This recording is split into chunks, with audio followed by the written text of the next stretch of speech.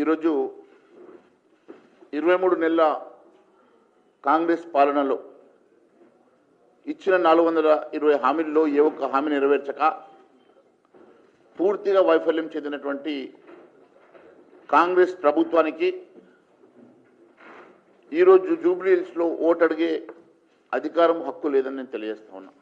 కేవలం మాయ మాటలు చెప్పి గూటకు మాటలతోటి ప్రజల్ని మాయ చేసి ఓట్లు దండుకునేటువంటి రేవంత్ రెడ్డి గారిని నేను సూటిగా 2 ప్రశ్నలు అడుగుతున్నా. నిన్న మీరు క్యాంపెయిన్ల సందర్భంగా ప్రజల్ని భయపెట్టే విధంగా మీరు మాట్లాడినటువంటి అంశాలు, కాంగ్రెస్ పార్టీకి ఓటు వేయకుంటే 2000 పెన్షన్ కట్ అవుతుంది, 25,000 రేషన్ కార్డులు కట్ అయిపోతాయి, బియ్యం రావు అని చెప్పేసి మీరు ఏవైతే మాట్లాడుతూ ఉన్నారో ఇది పూర్తిగా బ్లాక్ మెయిలింగ్ టాక్టిక్స్. మీకున్నటువంటి అలవాటు, అదే అలవాటుగా ఈరోజు ముఖ్యమంత్రిగా కూడా నువ్వు బ్లాక్మెయిల్ చేసి ప్రజల ఓట్లు దండుకునేటువంటి ప్రయత్నం చేస్తూ ఉన్నావు, ప్రజల్ని భయపెట్టి భయభ్రాంతులు చేస్తూ ఉన్నావు. ఇది ఖచ్చితంగా మేము ఎలక్షన్ కమిషన్కి కంప్లైంట్ చేయబోతున్నాం.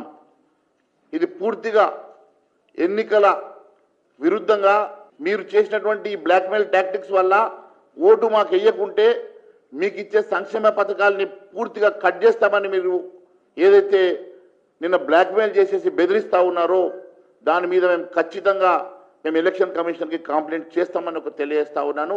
మీకు చేతనైతే ఇచ్చిన హామీలు నెరవేర్చండి. ఏ ఒక్క హామీ నెరవేర్చకుండా కేవలం మీ మాయ మాటలతోటి ప్రలోభపెట్టే ప్రయత్నం చేస్తూ ఉన్నారు. ఒకవైపు బ్లాక్మెయిల్ చేస్తూ మరోవైపు భారతీయ జనతా పార్టీని, భారతీయ జనతా పార్టీ నాయకుల్ని మీరు విమర్శిస్తూ ఉన్నారు. రేవంత్ రెడ్డి గారు, నిజంగా మీకు దమ్ము ధైర్యం ఉంటే ఈ ఎన్నికల్లో మీరు ఓటు అడిగే కనీస నైతిక హక్కు మీకు కావాలంటే మీరు ముందుగా ఇచ్చినటువంటి 420 హామీలు నెరవేర్చండి. మేము రిలీజ్ చేసేటువంటి ఛార్జ్షీట్కి సమాధానం చెప్పి మీరు జూబ్లీ హిల్స్లో ఎన్నికల్లో ఓటు అడగాల్సిందిగా కోరుతా ఉన్నాం.